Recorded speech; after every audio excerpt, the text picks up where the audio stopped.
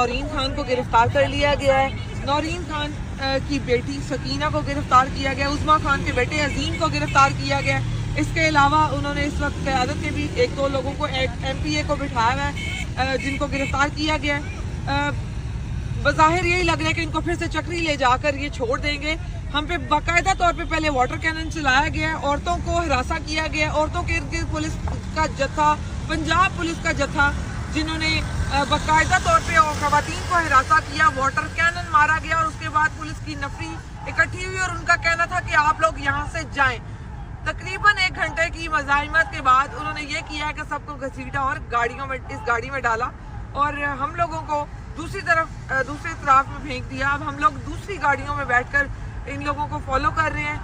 अलीमा खान, उज़मा खान और नौरीन खान का हौसला बुलंद है। अलीमा खान ने फिर से मुक्का लहराकर